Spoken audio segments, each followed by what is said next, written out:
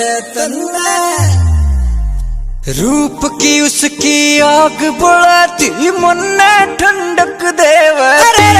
सादगी बरसा चेहरे तेवा तोड़े तो पारे बेवे।